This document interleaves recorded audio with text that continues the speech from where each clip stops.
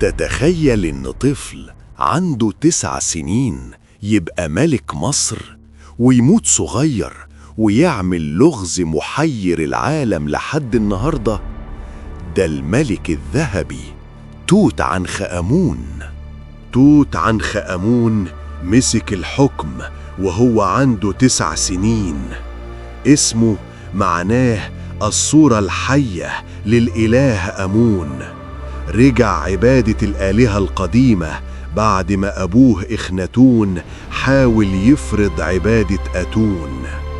الملك الصغير اتجوز عنخ إسن آمون، لكن حياته اتقطعت فجأة وهو لسه في عز شبابه. وفاته كانت لغز. هل مات بسبب مرض الملاريا ولا اتقتل بمؤامرة دبرها وزيره اللي اتجوز مراته بعده وبقى الملك؟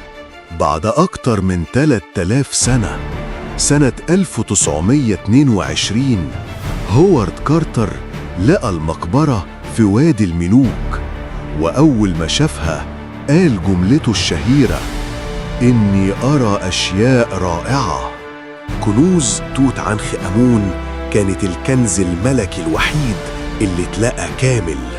القناع الذهبي، التوابيت والأسلحة، كل ده موجود النهاردة في المتحف المصري. ومين ينسى أسطورة لعنة الفراعنة اللي ارتبطت باكتشاف مقبرته؟ حكاية خلت الناس يفتكروا أي حد يلمس المقبرة هيصيبه مصير غامض.